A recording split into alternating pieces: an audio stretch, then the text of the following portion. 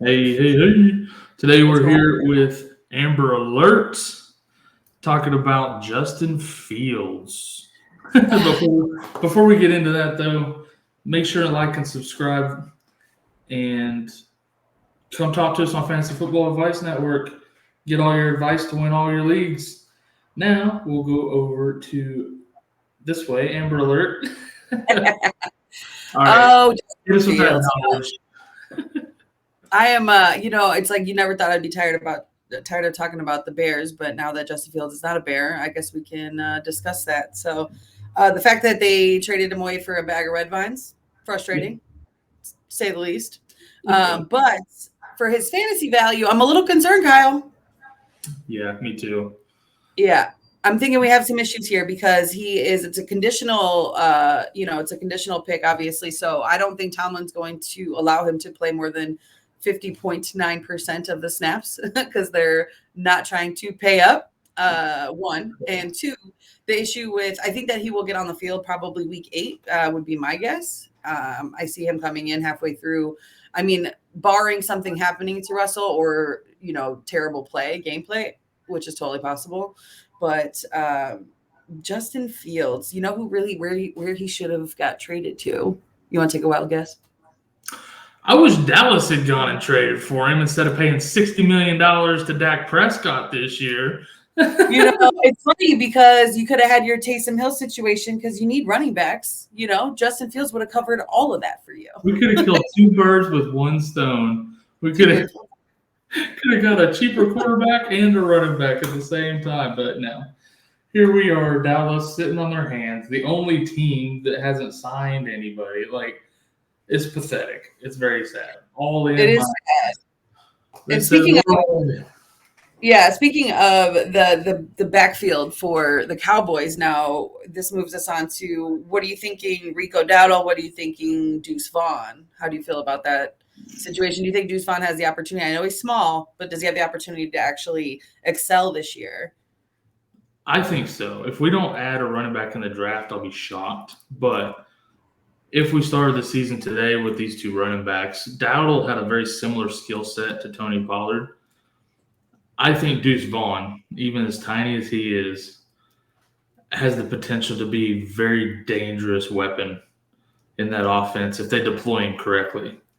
I mean, I'm looking at Darren Sproles, Danny Woodhead, those types of smaller running backs that were fantastic weapons.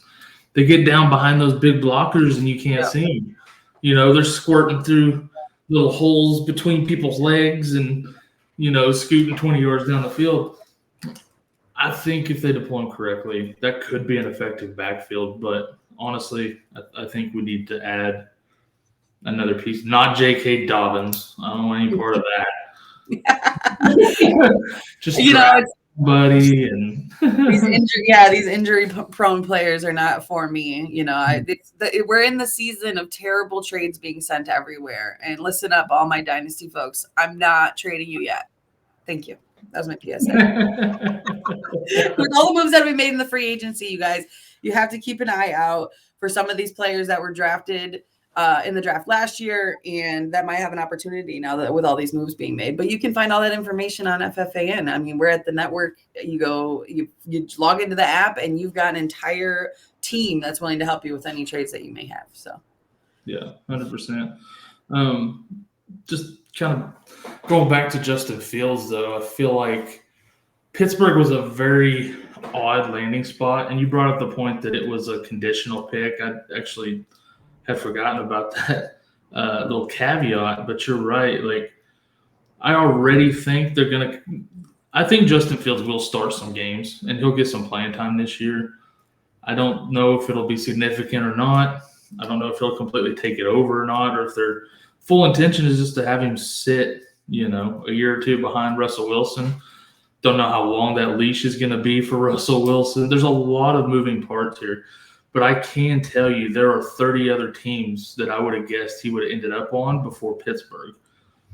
My mind was absolutely blown. I know Tomlin. The one thing about the Steelers is I respect Tomlin wholeheartedly, but his loyalty to his starters is almost disturbing sometimes when we know we need to pull a player and we need to sit him for a while. Najee Harris. Najee. Exactly. So I'm a little concerned. I'm not gonna lie. I don't know how much like Russ has got experience, obviously, but so does Fields in the NFL. So it's not obviously not as much, but we've seen the way Russell's playing and his attitude last year, and things have changed. So I just don't know how beneficial this is going to be for him. And I'm just sad about the way the Bears went about it. It makes me look at my organization like I've always looked at them, a little concerned. Yeah, it's literally constantly like we were about to win free agency and then we lost. Yeah. It was a very shocking move because they could have got more for him if they'd have pulled the trigger earlier for sure. But they waited. Or they could have waited. They could have waited even when we're going into our quarterback debacle that we're going to be in. You know what I mean? He could have been worth so much more as well. So the draft is going to be interesting because Caleb already said he didn't want to play for the Bears. Are we going to see an Eli Manning situation where he throws his little hissy fit and then they have to trade him too? Like, I don't know. It'll be interesting to see. But, yeah, I tell you what has me the most worried about that landing spot for him. It's not even Russell Wilson. It's Arthur Smith. Yes. Agreed. That offense is going to be horrible. That's all what happened with all the weapons in Atlanta, folks. For either quarterback, that offense is going to be terrible. So, well, only time will tell, Kyle. 100%.